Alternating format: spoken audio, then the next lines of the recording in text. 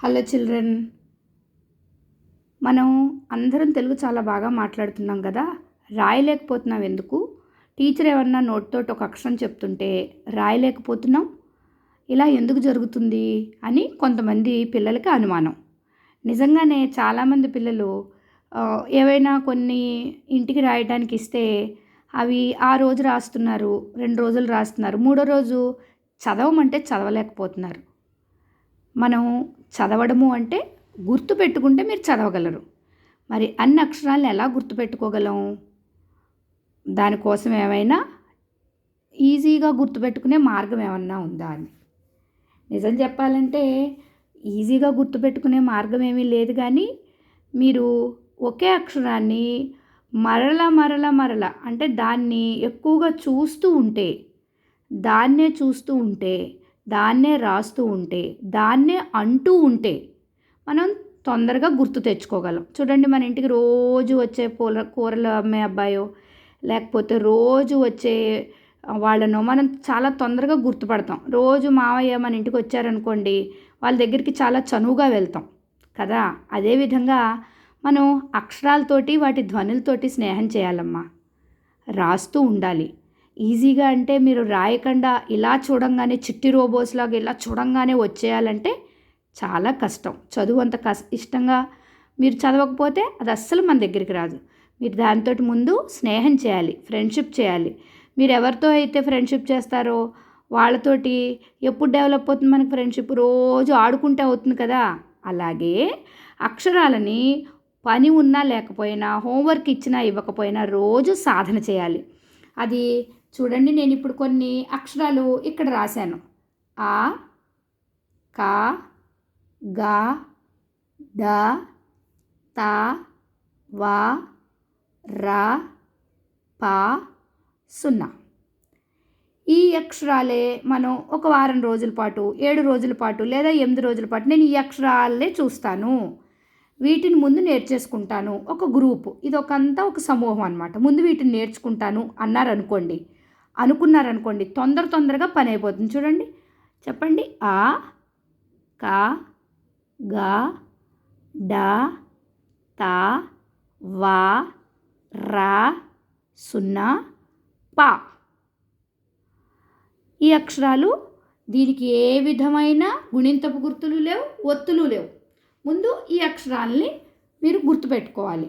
ఈ అక్షరాలను గుర్తుపెట్టుకోవాలంటే ఈ అక్షరాలతో ఉండే పదాలని మనం రాయడం, ఎక్కడెక్కడి నుంచి ఎలా ఒకదాని తర్వాత ఒకటి ఇలా మార్చి అలా మార్చి రాస్తే మనకి అక్షరంతో పరిచయం పెరుగుతుంది, రాయటం వస్తుంది.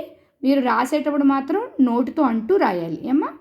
చూడండి, ఈ అక్షరాలతోటి అంటే ఆ, కా, గా, డా, తా, వా, రా, పా, సున్నా.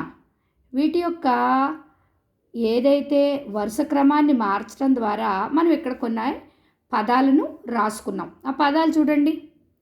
ఆ, రా, అరా.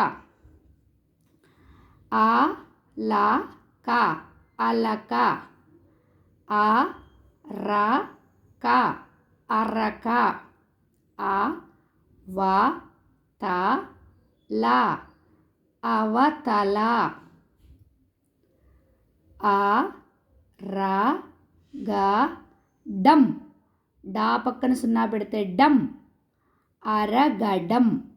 ఏ అక్షరం పక్కన సున్నా పెడితే అక్కడ ధ్వని వస్తుంది అన్నమాట. అరగడం. ఆ, లా, గా, డం, అలగడం. అలగడం. ఆ, లా, కా, డం, అలకడం.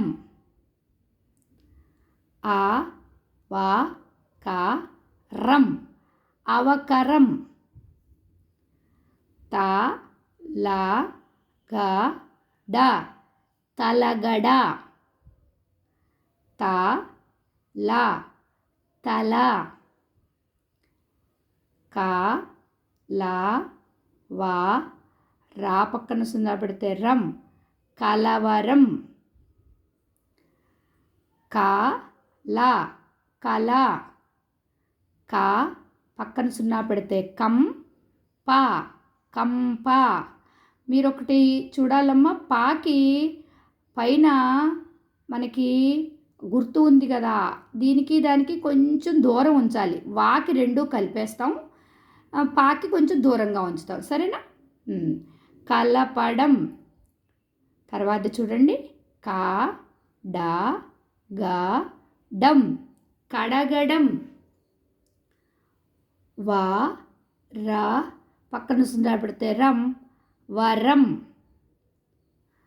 వా పక్కన సున్నా పెడితే వం క రా వంకర. వా పక్కన సున్నా పెడితే వం క వంక. గా పక్కన సున్నా పెడితే గం ప గంప. గా డా గడ. గా డా ప గడప. గా పక్కన సున్నా పెడితే గం, డా పక్కన సున్నా పెడితే డం గం డం. పా గా డం పగడం. పా లా కా డం పలకడం. పా డా గా పడగా. పా డా వా పడవ. పా గా లా డం పగలడం.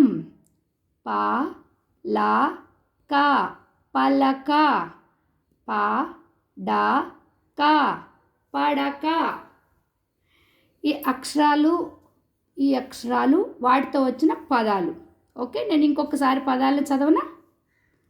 అర అలక అరక అవతల అరగడం అలగడం అలకడం అవకరం తలగడ తల కలవరం కల కంప కలపడం కడగడం వరం వంకర వంక గంప గడ గడప గండం పగడం పలకడం పడగ పడవ పగలడం పలక పడక.